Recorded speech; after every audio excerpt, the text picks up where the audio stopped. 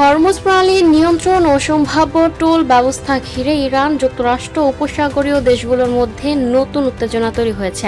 প্রণালীর ভবিষ্যৎ ব্যবস্থাপনা নিয়ে ওমানের সঙ্গে সমন্বয়ের দাবি করেছে ইরান, যদিও এ বিষয়ে এখনও প্রকাশ্যে কিছু বলেনি মাস্কাট। গত 28 ফেব্রুয়ারি ইরানের ওপর যুক্তরাষ্ট্র ইসরায়েলের যৌথ হামলার পর 10 সপ্তাহের বেশি সময় ধরে হরমুজ প্রণালী দিয়ে বন্ধ জাহাজ চলাচল। এই প্রণালী দিয়ে স্বাভাবিক সময়ে বিশ্বের সমুদ্রপথে পরিবাহিত তেলের 5 ভাগের 1 ভাগ যেত। এখন সেই পথ খোলার শর্ত নিয়ে শুরু হয়েছে নতুন বিতর্ক। পাশাপাশি প্রণালীটির দক্ষিণ দিকে ওমানের একটি বিচ্ছিন্ন ভূখণ্ড মুসান্দাম অবস্থিত হওয়ায় অনিবার্যভাবে এই সংকটে জড়িয়ে পড়েছে দেশটি।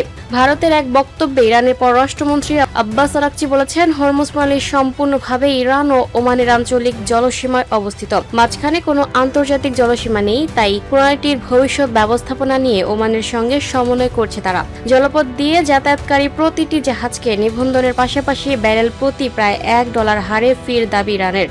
তবে এই প্রণালীটিকে ঘিরে এখনও নিজেদের অবস্থান স্পষ্ট করেনি ওমান। যুক্তরাষ্ট্র বলছে, হরমুজে কোনো ধরনের টোল বা ফি ব্যবস্থা গ্রহণযোগ্য নয়। তাদের দাবি, ওমানও একই অবস্থানে রয়েছে। হোয়াইট হাউসের মতে এমন ব্যবস্থা বৈশ্বিক জাহাজ চলাচলের স্বাধীনতাকে বাধাগ্রস্ত করবে। এমনকি এ ধরনের পদক্ষেপে নৌ চলাচলে বাধা এলে যুক্তরাষ্ট্র তা প্রতিরোধ করবে।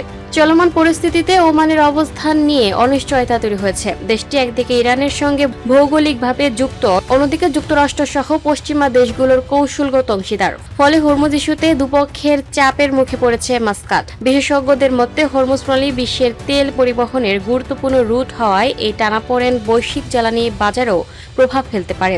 ইরানের প্রস্তাবিত টোল ব্যবস্থা ও নতুন প্রশাসনিক কাঠামো নিয়ে আন্তর্জাতিক আইন ও নৌ চলাচলের স্বাধীনতা প্রশ্নের মুখে পড়েছে। Lucky Akter, up to date news, Dhaka.